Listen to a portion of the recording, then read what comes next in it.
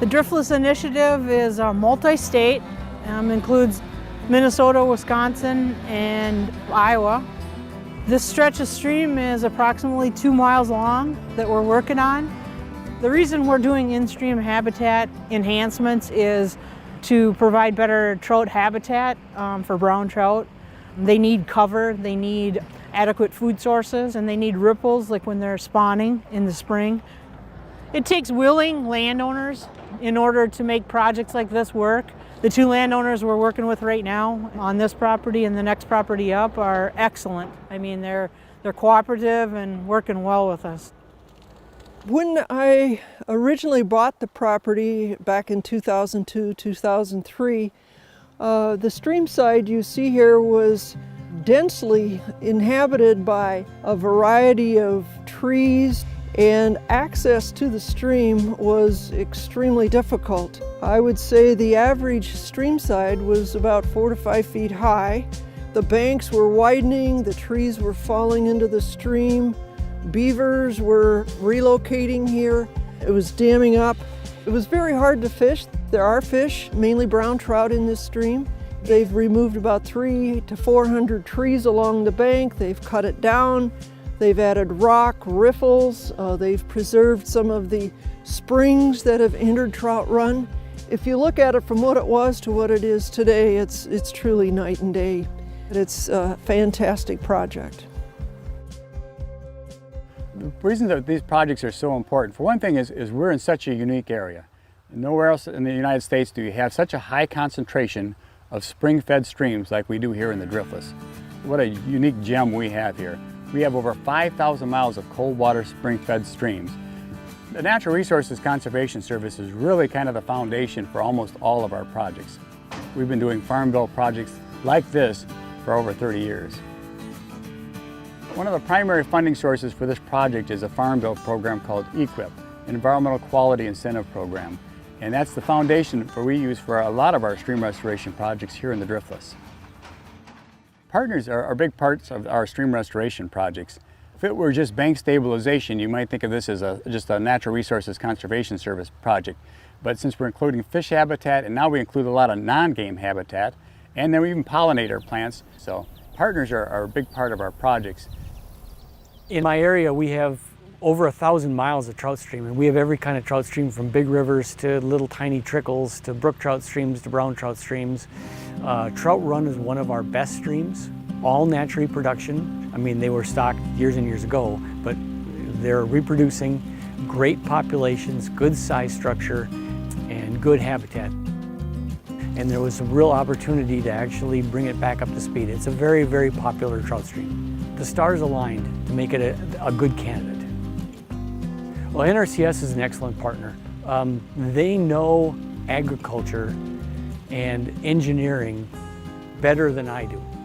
And then when they want to know what the populations of the stream are, what kind of fish live here, how do we build the best habitats, that's the stuff that I can do. We always get questions about shade on trout streams. And in many parts of the Midwest, that's very important to have shade on trout streams, because the water that comes into the trout streams is from surface water runoff. And so they need to have shade to try to keep the water cool. In the Driftless area in southeastern Minnesota, our water comes from groundwater. It's 56 degrees coming out year-round. So our streams are actually warmer in the winter and colder in the summer, so our trout grow year-round.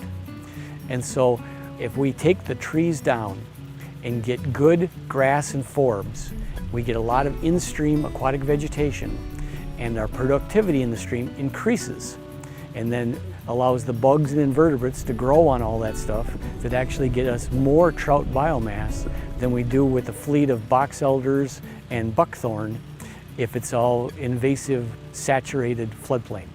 And the other thing is that when you have a lot of trees and they're shallow rooted like the box elders, they often shade out the grasses. So you just have the broadleaf plants. And so we see some of the highest erosion rates. It was where we have wooded corridors. The stream had gotten to a point where it was starting to erode, get very shallow, and it was starting to have some high banks, which then accelerated the velocity of the water, and during rain events could really cause dramatic erosion. Once the NRCS and the DNR and Trout Unlimited identified the fact that it could really help with shedding water from rain events, they came in and started engineering the project, which was reducing the banks, the height of the banks, and leveling out the sides so that the water could get wider and slow down. A lot of the work that's been done here started with removing a lot of the invasive species. We had a lot of box elder. There was a tremendous amount of shading on the creek, which unfortunately reduces the amount of oxygen from photosynthesis in the vegetation, and trout need a lot of oxygen. So one of the first things they did was come in and remove the trees, the clumps, the debris, the dead trees, and then they started removing the excess bank, which was at sometimes 6 to 8 feet high above the water. So what you'll see here is they've opened it up, allowed more sun to hit the water, which then increases a lot of that aquatic vegetation to be more prolific. And then they removed the dirt and started to seed over the top of boulders that they brought in to create hiding spots for the fish. So when we used to come down here before, we had a small trail, and then the grasses would grow up, and then we'd have poison parsnip and things, many trees, and it was very difficult to kind of navigate around. But now when we come down, it's all cleared away, and it's opened up to this just absolutely picturesque, beautiful landscape. Well, I've been fly fishing for, I don't know, 30 years or more, since I was in high school, I guess. You know, I'd say how you approach a stream is about 90% of it. You want to be, in these clear streams, you want to be fishing upstream, unless the water is really discolored, because you'll spook the fish, and they're usually not interested in eating if they're spooked, other than maybe the really little trout. So probably most important thing down here. Tiny little one. One of the juveniles. Little guy. It's a brown trout. Is it in his second year, maybe? 2-year-old.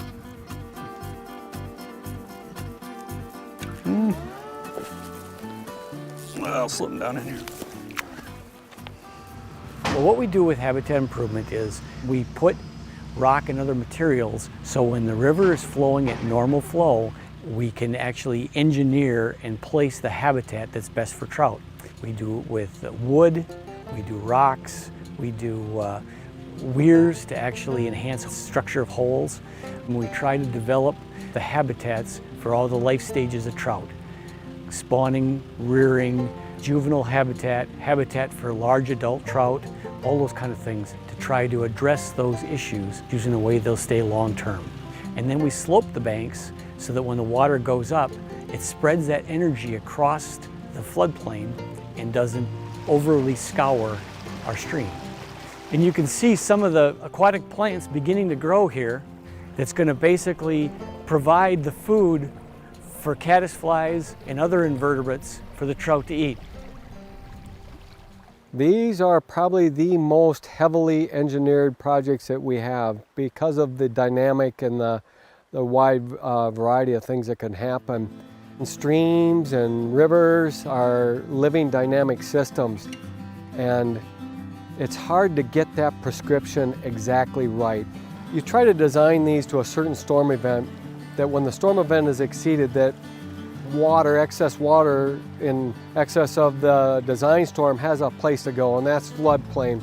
And here you can see that we have a lot of floodplain available. So in a 2-year storm, this stream will bounce up probably and get to the top of the bank. Anything more, water starts to distribute over the floodplain. This does a couple of things. It'll take pressure off of the stream bottom. We'll remove some sediment out in the floodplain. So when that water starts moving a little bit slower, if a heavy sediment load is there, it'll drop and dissipate out on the floodplain versus in channel. The natural streams that are in very good health have access to a floodplain. They will continue to carry their bed loam. They don't want to chew away at the banks. They will keep the channel bottom clean.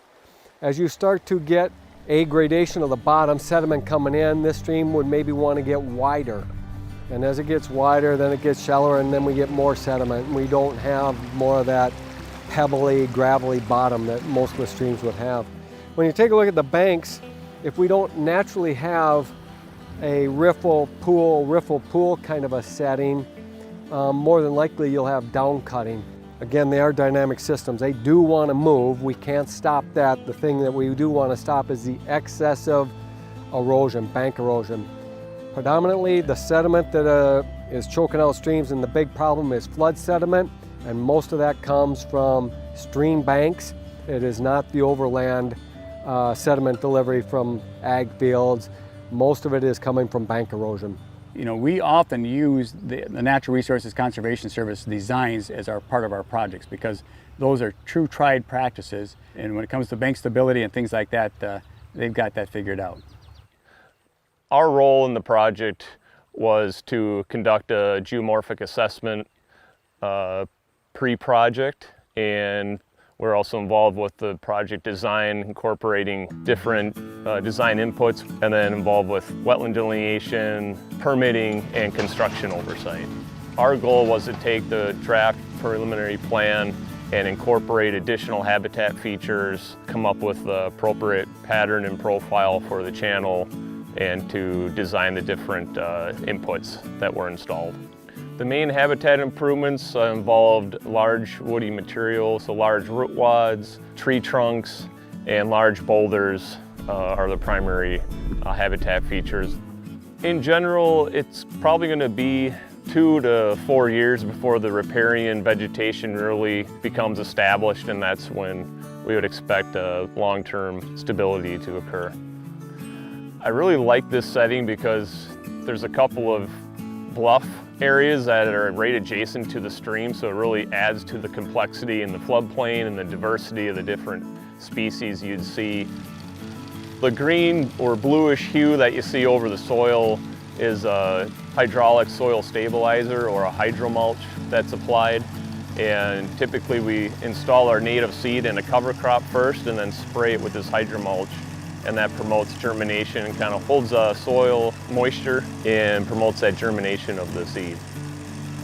The cover crop is really important for allowing soil to become stabilized with the plant that's quickly to germinate. It generally germinates within a few days, maybe 5 days, and it's allowing some rooting to occur before the natives, which typically can take 1 to 3 years before they really become established. One of the main benefits overall doing a project like this is by lowering these stream banks, we really capture a lot of sediment that's coming from upstream, but also reducing potential erosion that would occur and flow downstream. Our biggest problem in streams like this is bank erosion. And we were losing literally tons of soil, and with that tons of soil also is phosphorus. And that phosphorus fills other habitats and then also runs downstream to the root and down to the Mississippi and down to the Gulf of Mexico. By making these streams better, we're actually preventing some of the damages downstream. This is spectacular. Been hoping for this to be done for about the last 10 years. Watching the flooding knock down the stream banks and all the erosion and trees falling in the water and such. This has been wonderful. I'm extremely pleased with how everyone has worked together, and I think this is one way that we can keep the natural resources the way they're supposed to be. Why do we do this? This is what we get a chance to leave.